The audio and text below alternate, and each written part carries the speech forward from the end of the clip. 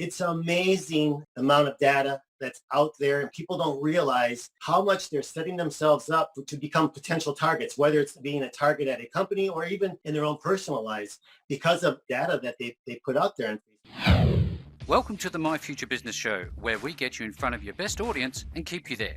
Not only are we interviewing the biggest names in business to help you become even more successful, we're inviting you to book your spot on the show to help you grow your business. So at the end of the call, make sure you fill in the interview application form at myfuturebusiness.com/interviews. Hi, and welcome back to the My Future Business Show. I'd like to take just a moment of pause to thank you so very much for supporting the show.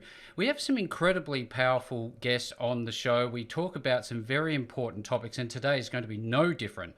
I'm online with Peter Warmka. Now, Peter has a very deep background. He does a lot of security work, and we're going to uncover some of the myths, the truths about how people engineer your exposure to risk and breach privacy and all of those sorts of things. So welcome to the show, Peter. It's wonderful to have you here. Thank you, Rick, so much. I really appreciate the opportunity. I know the time difference is quite extensive for you. It's getting to be a little bit here. We're approaching the evening and you're just waking up with your coffee. Well, yeah, pretty much. And I have most certainly had my coffee today, Peter, because that's one of the most important parts of my day. Mine as well. And speaking about lifestyle and what we do in a day, Peter, I'd love to learn a little bit more about yourself personally, before we jump into the core of the call. What do you like to do with yourself when you're not working? Well, when I'm not working, that's a good question. I feel like I'm always working, whether it's in the business or working, trying to take care of things I need to take care of at home to keep everybody happy. But I'm happily married and have 3 children and 3 grandchildren. I've been very blessed, and when I have time, I like to spend more and more opportunities with them because at the end of the day, that's what should be the most important, right? That's our legacy. That's what we leave behind is our family, and I really, really enjoy and treasure that. Yeah, that's powerful stuff. And you and I were talking about, friends and family and that sort of stuff prior to the interview today, weren't we, Peter? And it was Yes. At the core of that for me was, there is a balance between what we do online and what we do offline. But I'd love to go back a little bit as to how it came to be that you're doing what you're doing today. Whoa, that's a story. Hope we have enough time. Yeah. But I think, life presents us with a very interesting journey. It's different for everyone. And we can look back in that journey and see pivotal moments that at a particular time, they maybe didn't seem very significant. But when we connect the dots, it's who we are and how we got to where we are today. And so if I were to look back, I think I would start way back when I was a young lad in central Wisconsin, growing up on the dairy farm. Have you ever been to Wisconsin? No, I have not. Well, don't go there in the wintertime because you won't get extremely cold. Yeah, our state motto is eat cheese and freeze. Eat cheese and freeze. Oh, yeah. But it was a great environment for me. But, when you're a kid, you kind of like young boys grew up with this, and girls as well, have a fantasy about what they want to do in life. And Yep. As a young boy, I want to be an astronaut, or I want to be a police officer, or I want to be a cowboy, or in my case, I thought about being a priest, believe it or not. All right. So at the age of 14, to follow that dream, I entered a seminary, all boys school seminary run by the Franciscan friars in Wisconsin. And what became really crucial for me at that particular time, or influential, was during my junior year, 1977, now I'm dating myself, right? 1977, I along with 4 other people, we did an experimental exploratory trip down to Nicaragua where the Capuchin friars had missions. Now, so we left Wisconsin, Milwaukee, Wisconsin, in a big green Ford station wagon, drove all the way through the United States, all the way through Mexico, Honduras, El Salvador, and Guatemala to finally get to Nicaragua. It was my first time out of the state of Wisconsin. Wow. I was blown away by what I saw in the United States, let alone what I saw down there. But it was such an interesting experience for me that I decided to return on my own 2 summers later the summer of 1979 because I was really interested in Nicaragua. I was interested in the missions. So I went down there. And to be honest with you, I knew that it was sort of a politically unstable time. This is when the Sandinistas were fighting against the dictatorship of Anastasio Somoza. But I wanted to go anyway. You know, when you're young, you kind of like, you just think, I'm going to go. Everything's going to be fine. I got caught up in the situation there. Fortunately, I remained safe, but it was a tremendous experience. I was there when Somoza was overthrown and the Sandinistas came into power. And the experience became so interesting to me that I decided I really want to work in Latin America. And I thought that the road for that would be becoming a missionary. So that was my plan until I got on the airplane to come back to the United States. Sitting in that airplane was a young woman who ended up knocking me off my feet. A few years later, we were married, and we've been married for 38 years. Love of my life, and been fantastic. But so that kind of derailed my plans to become a missionary because you have to be celibate. Yeah. So what happened then, of course, is that I decided, I looked in my wallet after I got married, and it was pretty empty. And I said, damn, I got to find a way to make a living now. Like I'm going to be supporting a family. So I went back to school, got my master's in international business management. And when I got out, I ended up working, started in Miami, Florida, working in international banking, private banking, wealth management. And I did that for a number of years. Did a lot of travel throughout Latin America and actually lived in Latin America for periods of time in different locations. And it was during this time that actually another pivotal moment, I was approached by the Central Intelligence Agency. The CIA. They wanted to recruit me. Now, I never really thought about working for the federal government, let alone the Central Intelligence Agency. Yes. But I was intrigued. I think they approached me because of my background in Latin America, my knowledge of that area, my networks of people that I knew there, having traveled and lived there, my foreign languages, spoke Spanish and Portuguese. And what they wanted to recruit me for was to actually go out as a case officer to collect foreign intelligence, basically information that would be utilized by policymakers to help better educate policymakers to make more informed decisions. So I would be tasked to go out there and establish intelligence gathering networks in the countries where I worked. So to make a long story short, I did that, and it was a fascinating career. I was actually quite successful in doing so, but as all things come to a close, you sort of want to go on and move on to something else. So a few years later, I actually left the federal government and decided to reintegrate myself into the private sector. So came down to Orlando, began to work in corporate security. And then I was approached by Webster University, and they wanted to incorporate me as an adjunct professor in their Masters of Cybersecurity program. And I thought, what do I know about cybersecurity? I mean, I don't have a technical background at all. My background is basically, human, working with humans, not technology. But then the more and more, they said, no, based on where you came from, the CIA, and we want you to teach courses on intelligence and counterintelligence, you would be the perfect fit. I said, well, okay, let me give it a try. So I started to teach at Webster, and the more and more I got involved in cybersecurity, the more I found out about something that's a discipline that is at the crux of cybersecurity. It's at the crux of why so many breaches are successful, and it's because of social engineering. Now, many people really don't understand social engineering. I'm kind of flabbergasted that many people have not heard of it. And those people who I've asked, do you know what social engineering is? Many of them can't explain it. They really don't have an understanding. But it is so key to the success of security breaches, of all these gigantic data breaches we hear about every day or on a weekly basis.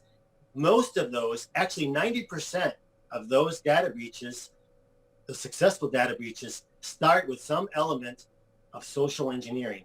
It's phenomenal. So it's because of that I decided to go out and try to speak more to the general public. In addition to teaching at Webster, I've published a number of articles on the topic. I've gone out and I spoke at a number of very large industry events on the topic of social engineering. And more recently, I've set up my company, Counterintelligence Institute, to predominantly focus on this issue, trying to raise the security awareness of organizations, not just private companies, but also nonprofits, academic institutions. All such organizations are being attacked. All such organizations suffer breaches. Now, we don't, we only hear about a fraction of those breaches because not all organizations are required to report them. And why would you report them if you're not required to? Because if you report them, that can very much tarnish your reputation.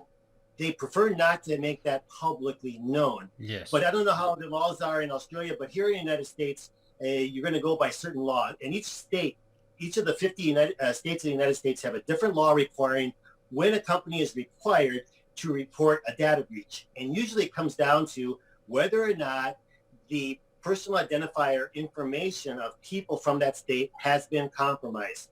And if it's been compromised, then they have the duty by law to make a public disclosure. But then there's also, I wouldn't call it a loophole, but there could be a delay in the reporting of the incident, because if law enforcement gets involved to try to find out who's behind this attack, they would prefer not to make it publicly known that they're actually have encountered the attack, and now they're trying to look for who the bad guys who are behind it. So some of these things, there might be a breach that comes out and you don't find out about it for 2 years later, but that's the reason why. But it's only the tip of the iceberg as far as what people are really aware of. And the need is so great, though. The need is huge, and that's why I set up this institute and trying to get the word out. And I think the need is huge for this. Yes. It is tremendous, because most organizations think it's an IT problem, and they will pump all kinds of money into IT, into technology. But social engineering masterfully manipulates human beings to circumvent those technological protocols, those policies and procedures that are in place to protect information, to protect the data, and it's able to circumvent that and still be able to breach the organization. And it's very creative. And it's a fascinating field. And I learned a lot of these things and I used them as in my previous life. But now I see how I can help defend organizations here against those entities, groups that are trying to breach security. And there's a multitude of them. Yeah. Predominantly, it's organized crime, but it can also be foreign intelligence services. There's a lot of activity in that regard, as well as other types of entities, activist groups, etc. It's really a huge market and a big concern. Should be a big concern. There's, you just need to look at the political sphere at the moment to get a bit of an inkling about what's going on there, but we won't go into that side. But, going back a couple of steps, though, Peter, what I really take from this is that you have a movie storyline in your journey, let alone starting this counterintelligence business. It's just a fascinating story. So thank you so much for sharing that side. Now, you are right. You are absolutely correct. A lot of people don't understand what social engineering is. I wonder if we can break it down, I guess, into its core parts. Sure. I think that, we would look at, first of all, let's go through the methodology of what, if someone wants to breach the security of an organization, what are the steps? A lot of these are the same steps that I would use out in my career. First of all, we identify what do we want to steal? What do we want to obtain? Maybe it's information. Maybe it's money in someone's bank account. That could be information, proprietary information. Let's say, for example, companies that are involved in R&D. R&D takes a long time to develop and at considerable expense. Yes. Right? And you can get a foreign actor. The big one involved in this is the People's Republic of China, but there are other state actors that will try to steal this technology. If they can steal it, they can save they can save millions of dollars as well as years of research and be able to get out and use that same technology. So that is a big issue. There's also data breaches that will involve other types of proprietary information regarding clients that an organization might be selling to, as well as the information regarding personnel who are employees there. So it depends upon what they want to steal, and then where can they find that. Yeah. Identifying a target organization, and there might be more than one that might provide that type of information, but then you look at the organization. Which one might present being a soft target versus a hard target? Now, a hard target would mean very difficult to penetrate the security because they really have tight hold on the information that they have out there about them. They really have a tight hold of their training of their employees, and it's going to be very, very difficult compared to a soft target where, wow, we can almost walk in there and just take whatever we want. And anybody would prefer going after the soft target because it's a lot quicker, and it's less likely that you're going to be compromised in the process of trying to breach them. So we identify a target organization. We collect information on that target organization. I mean, in the old days, we would go to the library, right? These days, we go to internet. Internet invented by Al Gore, perhaps, or who knows who invented the internet, but it's a great resource to collect open source information. So if I were to look at an organization, where would I start? Well, almost all organizations have their own web page, right? Tremendous amount of information on them, and about them, why they started, what their mission is, and they will provide information regarding who are the key individuals. A lot of times, pictures of them as well as their bios. There's going to be other places on social media that the entity might put out. A Facebook. Oh, LinkedIn is a phenomenal resource for collecting on target entities.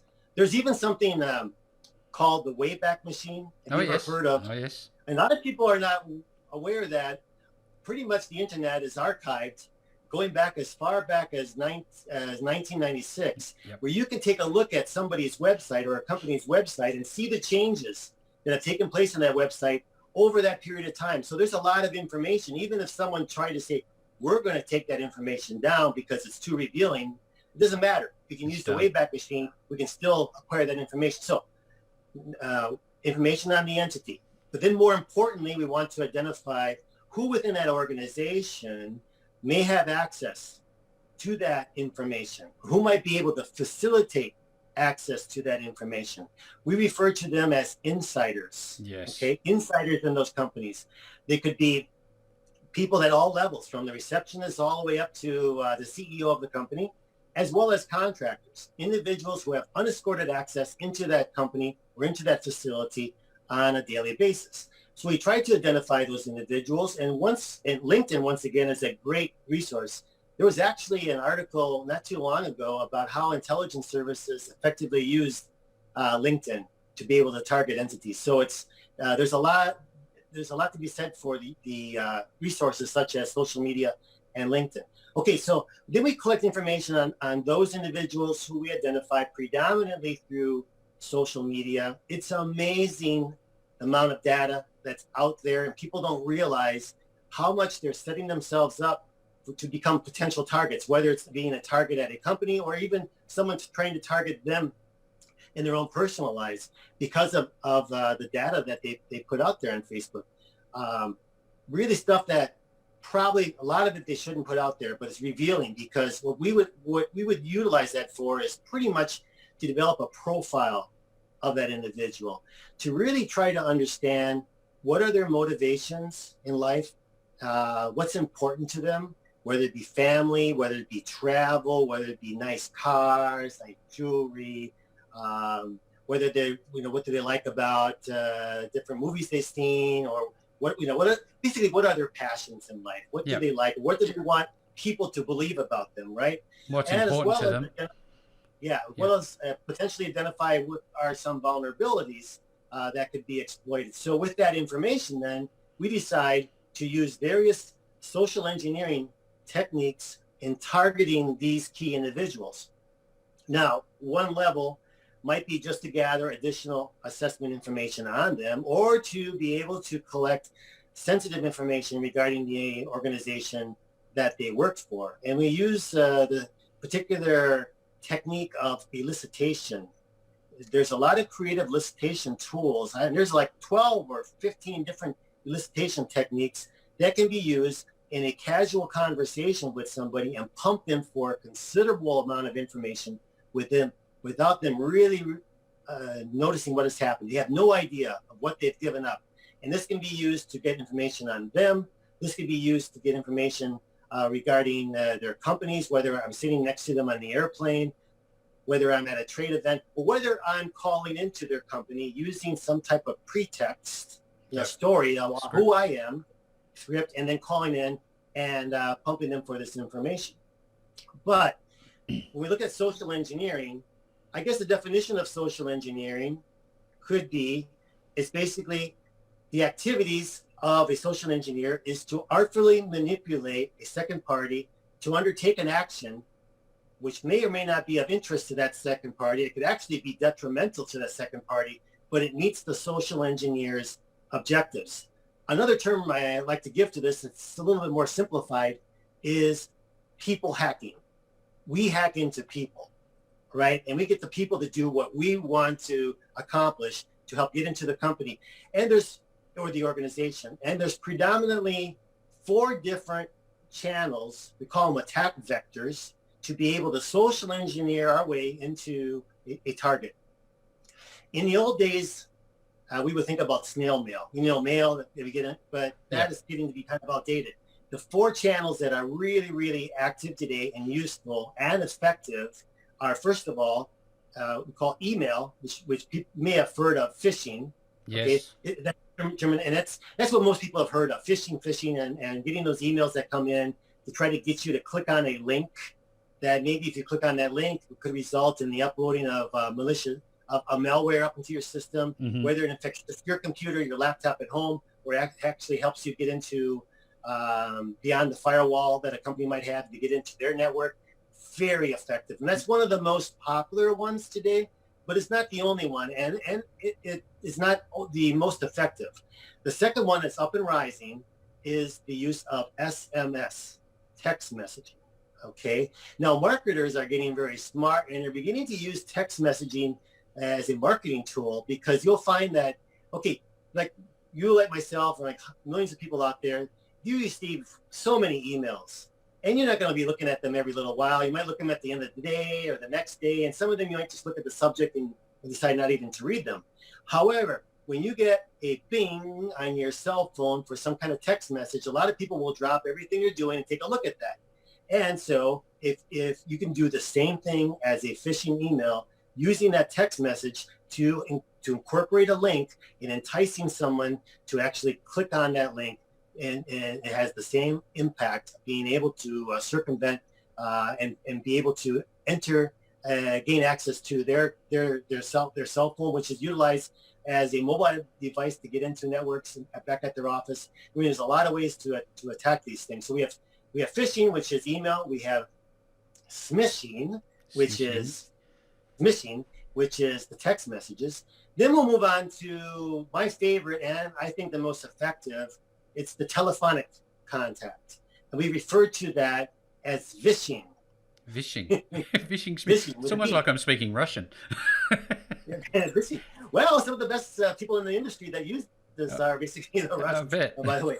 Okay, but so the telephonic, I mean, it's the most challenging, but those who are really good at it, it's the most effective, because I can use something like spoofing, call spoofing. Yep. And a lot of people are getting these robocalls, and it looks like these calls are coming in from all these different locations. It basically spoofs the caller ID to make it appear like it's coming in from wherever they want it to appear. So if I research my target, it could look like it's coming in from the target's daycare center where they have their children, or it could look like it's coming in from the bank where they have their accounts, or it could look like it's coming in from another branch office of the same company on the other coast of the continent.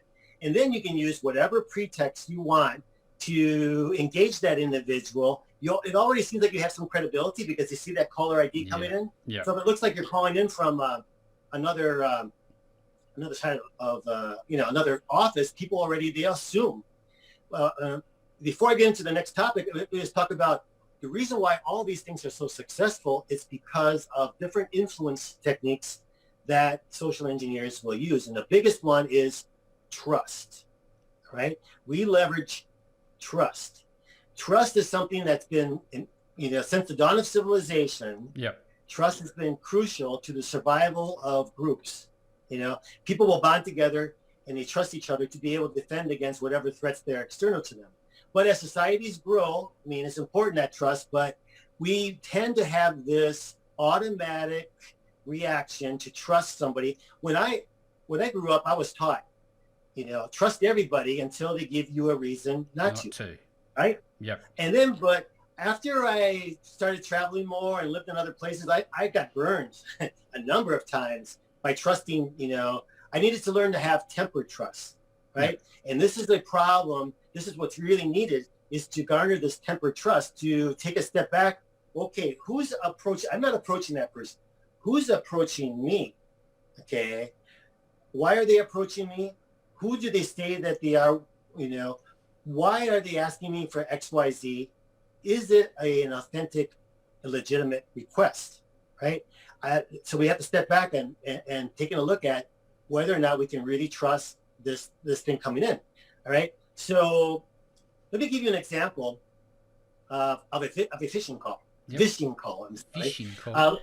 Yeah, let's say that, and we'll go into face-to-face interactions later, but let's say that let's take an example of a receptionist. They are really attractive targets for us in a company because they're gatekeepers. Yes. They are the point of entry. They have access to a lot. They have access to more than a lot of the senior management realize when it comes to trying to penetrate the organization. So let's just take an example of a girl, maybe make up a name, Christine, okay? Christine is coming back into the labor force after having a child, raising a child, and now decides to come back. It's taken a little while to find that right job. She wants to find a job that's going to afford her, good pay, good benefits, and flexibility so she can go home and take care of her child. So she finally lands this job with a major company as a receptionist. And she's so happy. She's so excited. She wants to make a really good impression. And of course, she gets there and she's a bit overwhelmed initially.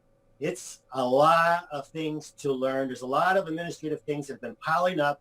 She's got to learn, about the new culture and all these administrative tasks, policies and procedures, but she really wants to make a good impression. So she's going to try to be as helpful as possible. She's also isolated from the rest of the company. She's sitting out at that desk. She can't always turn around and ask somebody for guidance, right? She's got to make some decisions on her own. Okay. She decides, like most people would when they get a position, to update their LinkedIn page, right? Just landed this job and these are my duties. And she's so happy, to kind of like put that out there.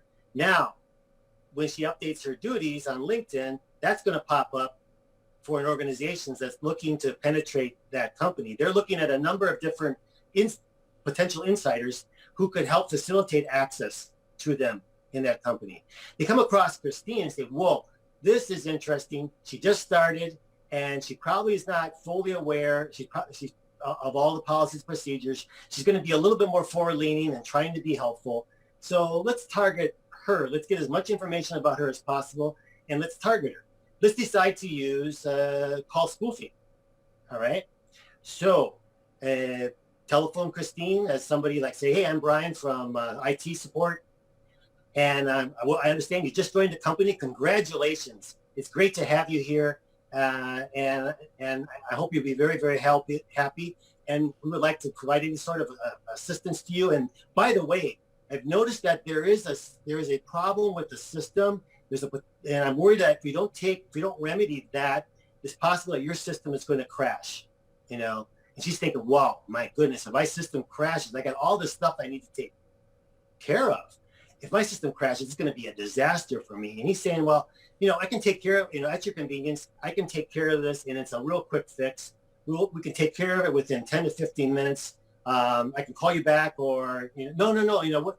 Can we take care of this now? Of course. And he'll say, let me send an email to you right now, and I want you to click on that link, which will allow me access into your system. I will be able to get into your system, and I will be able to do a lot of updates on your profile within the system to be able to make sure everything's updated so that you can avoid the system crash.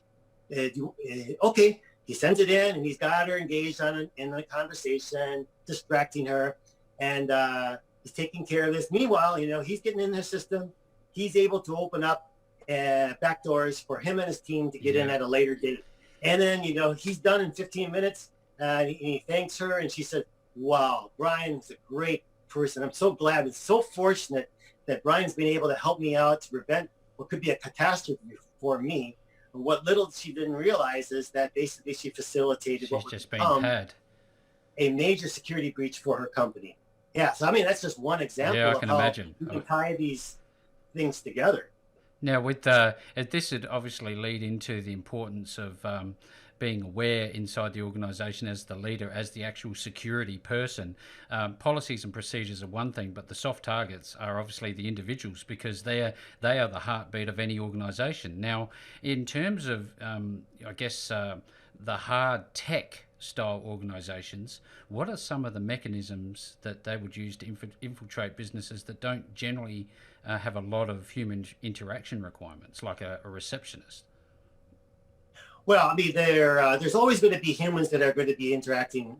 Basically, you have some really professional hackers that are able to get through the systems without necessarily utilizing humans to help circumvent it. But the vast majority of individuals behind security breaches, though, will be utilizing social engineering as the major way to initially get into the system. And once they're in the system, then they can utilize different ways to escalate within the IT system, greater access along the way. They have different ways of doing that from an IT standpoint. But another way that we can try to attack an organization would be through that face-to-face human interaction. That's one of my favorite. That's what I've been used very successfully back in my career, looking for different ways to actually engage an individual. And that doesn't happen necessarily. It doesn't have to be walking up to the receptionist at the company. There's a lot of different ways that we can target people who might work at that company. Let's just say, for example, if I wanted to target a company, I would look at Google Earth. I would take a look at, I would do some virtual reconnaissance of that firm and look at, where are some of the points of access to that firm? More importantly, what are some of the businesses that are in the vicinity of that company, which for two reasons. First of all, where are businesses where individuals who work there might come out during the day to go to lunch, to have coffee, to go to the fitness center, to work out, or go to the bar after hours? Or what are companies which might make deliveries into that company and be able to look at and develop very creative ways to impersonate delivery companies that are making deliveries into the company. One example, I actually have this video, which I don't know if you had a chance to see it. It's a marketing video, and I gave just one really simple example of a delivery person coming in with flowers. And he just has a hat. He has a beautiful flowers. He walks to the receptionist and said, listen, I need to make a delivery of these flowers to a senior executive on the top floor. It's her anniversary and her husband wants to send these flowers to her.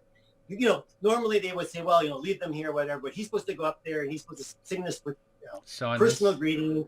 And she's about to dial up to the individual, and he says, no, wait. This is a surprise. Just let me go up there and I'll deliver these. And she said, oh, how sweet. So she said, go right up, So he goes up on the elevator, making sure he doesn't do anything while he's being, like he's under the surveillance of CCTV cameras. But then he leaves around the premises a number of USB drives, which are marked confidential payroll. Now, in the bathroom, at the break rooms, in the hallway, places where employees might come across this USB, they take a look at it and it says confidential payroll. I've got to look at that. Their first reaction is, I got to report this to security. No, I got to look at that, right? I got to see what my colleagues are making. So they will, not all of them, but there's going to be somebody. If you distribute a few of these, someone's going to put that plug that into the network. And while they're trying to look up this data, it's going to upload this malware, and that's going to facilitate that breach.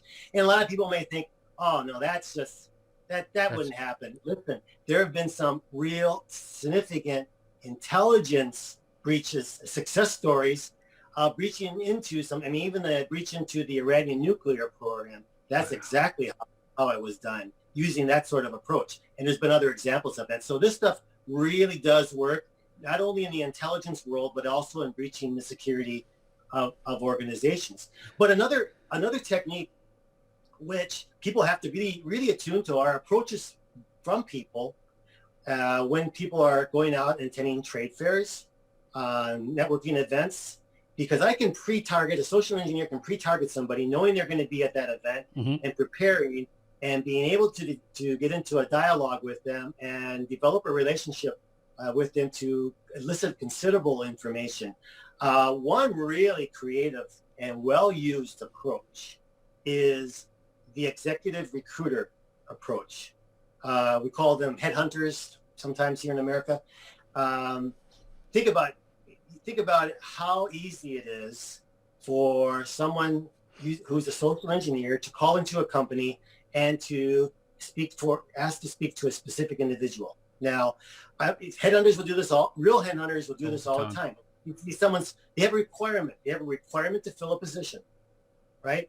And so their job, they get paid by a client to look for individuals who meet those qualifications, pre-screen them, and maybe introduce to the client 1, 2, or 3 individuals for them to actually interview and to select for the position. So they're doing this all the time, authentic headhunters. So a social engineer uses the same technique. Once they identified an insider, someone who could be key in that organization, who has access to information, telephone that individual, make up a story of working for a executive recruiter, working on behalf of XYZ client. And usually you're not going to divulge the names of those clients because the clients don't want the world knowing that they're looking to fill these positions. So it's very natural not to disclose the name, just give a kind of a overall profile of the company, and then lay it on how impressed I am with your background and how I think you might be a really good fit for this position. Of course, the position is going to be a higher level position that they have. Of course. It's going to have more responsibility, greater status,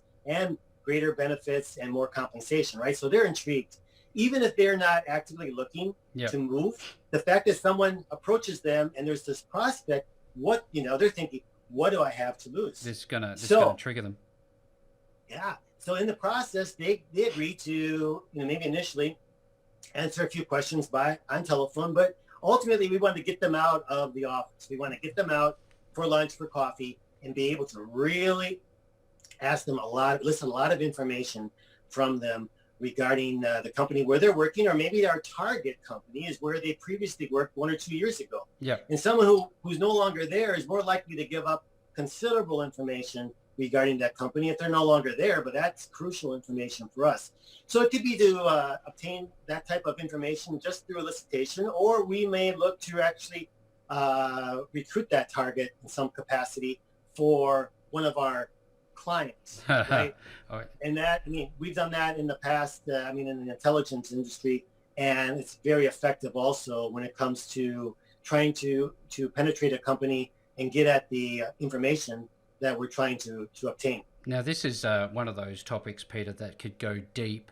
It could go wide. It could go for hours. We are coming up to an hour talking about a topic that I'm absolutely and utterly fascinated by. It's so unreal, but very real at the same time. Now, for organizations that are on this call, you can clearly see that there's a real and present threat that you need to be managing in your organization, and Peter is the man for you. So, Peter, when people want to work with you, where are they going to find you? Well, I'm physically located in Orlando, but I can be anywhere and everywhere. And the best way to reach me will be by reaching out to me via our website, counterintelligence-institute.com. And there's a lot more information regarding our products and services, a lot more information regarding my background and what we can do for the respective entities. So I welcome email, or eventually a telephone conversation. As I mentioned, I do go out and speak at different industry events. I'd be happy to come in to even speak, to an organization that might have interest in this topic, whether it's Rotary clubs, chambers of commerce, etc. Yep. And what basically we do ultimately is go out and try to help those organizations, whether it's through online training, or even better still, on-site workshops, starting with the C-suite all the way down to individuals who work at various departments in a company. Yeah, well, that's just such a fascinating topic, a great story, a great life experiences that has led you to being able to help people. So thank you very much for you doing what you're doing. And thank you very much for spending some time with me on the My Future Business show today. Well, Rick, it's been a pleasure speaking with you, and I wish we had more time. But in any case, I greatly appreciate the opportunity, and I wish you the best of luck back out in Australia. Thanks for joining us today. If you enjoyed the call, then make sure to subscribe, leave a comment, share us with your friends, and book your spot on the show at myfuturebusiness.com/interviews. And if you're looking for solutions that will help grow your business, then visit myfuturebusiness.com/shop.